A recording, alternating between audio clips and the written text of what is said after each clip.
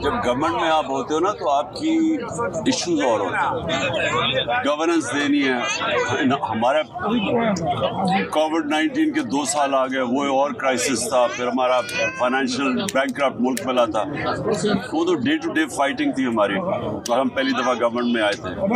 तो उसकी इसमें कोई शक नहीं कि वो बिल्कुल एक मुख्तलिफ किस्म का टाइम था, एक ऑफिस और घर, ऑफिस और घर, और तो ज़िंदगी थी कोई नहीं।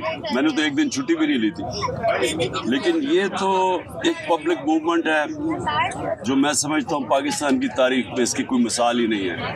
ये पिछले 11 महीने 12 महीने में जो मूवमेंट चली है, इसमें पाकिस्तान बदल गया, और ये पब्लिक की मूवमेंट है और इसको कोई रोक भी नहीं सकता। ये कोशिश कर रहे हैं इसको कंट्रोल करने की, FIR जेलों में डालने की। ये वो एक अंग्रेजी में सेइंग है, एन आइडिया उस टाइम हैज कम।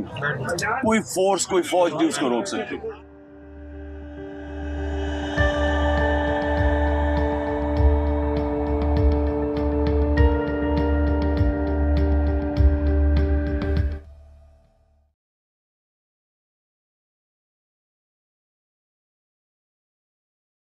ये 1 साल बड़ा चैलेंजिंग था क्योंकि पूरा जो इस्टेब्लिशमेंट का ज़ोर था वो हमारे ऊपर था।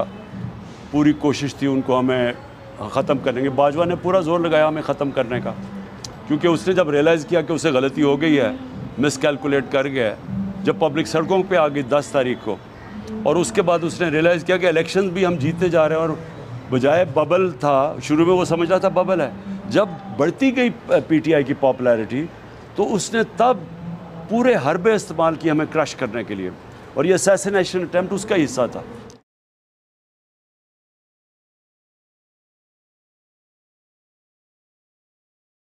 सबसे मुश्किल तो वो रात थी जिधर इन्होंने पूरी तरह 3 तरफ से हमले किए। घर पे रेंजर्स थे और मुसलसल फ्रेश ट्रूप्स, फ्रेश पुलिस लाते रहे, हमला करते रहे, और हमारे लोग रेजिस्ट करते रहे, क्योंकि वो सब कुछ इलीगल था, उसका कोई कानूनी बेसिस नहीं था।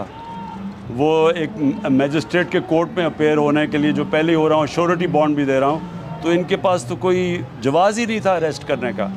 इनकी बदनीयती थी या ये मुर्तज़ा टाइप कत्ल करना चाहते थे, और या फिर ये अरेस्ट करके और जेल में रखना चाहते थे काफ़ी महीने, जब तक इलेक्शन ख़त्म हो जाए। तो इनकी बदनीयती थी, तो वो उसका तो, लेकिन उन्होंने जिस इंटेंसिटी से हमले किए और जिस तरह यहाँ लोगों ने रेजिस्ट किया, ये एपिक स्ट्रगल थी।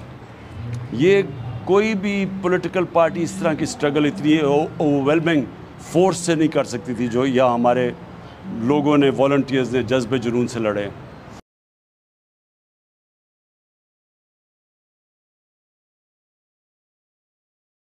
देखें, इसका तो कोई आइन के अंदर गुंजाइश ही नहीं है 90 दिन से आगे। ये तो आपको कानूनी माहिरीन होना चाहिए ही नहीं इस चीज़ रियलाइज करने के लिए कि 90 डेज़ की तो बड़ी वाज़ेह तौर पे आइन के अंदर है, और अगर आप 90 डेज़ से बाहर जाते हैं तो फिर तो कोई भी आप कर सकते हैं, फिर तो वाई नॉट 900 डेज़।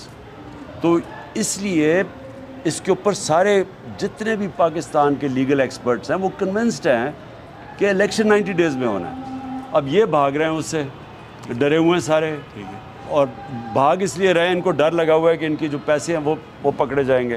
देखिए ना, 2 मोटिवेशंस हैं। पैसे, इनका मेन मोटिवेशन पैसा है कि ये अगर मैं इलेक्शन जीत गया तो ये NRO में वापस ले लूँगा, बस ये है इनकी, और उसके लिए सारी कोशिश कर रहे हैं। इनके लिए कोई आइन, किसी कोई हैसियत नहीं है, आइन या कानून की हैसियत नहीं है इनकी।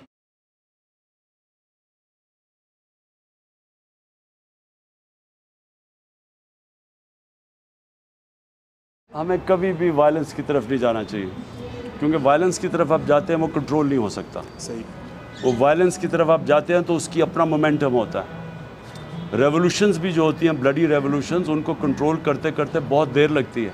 खुमैनी की जो रेवोल्यूशन थी ईरान की, वो 3 साल लगे कंट्रोल करते करते उसको, क्या अनडिस्प्यूटेड लीडर होने के बावजूद, बिकॉज़ वो फिर कंट्रोलेबल नहीं होती। तो इसलिए मेरी हमेशा कोशिश है कि हम कानून के बीच में रह के अपनी रेजिस्टेंस करें, या जेल भरो तहरीक पैसिव रेजिस्टेंस है, या फिर हमारे सारे एहतजाज पुरअमन होते हैं।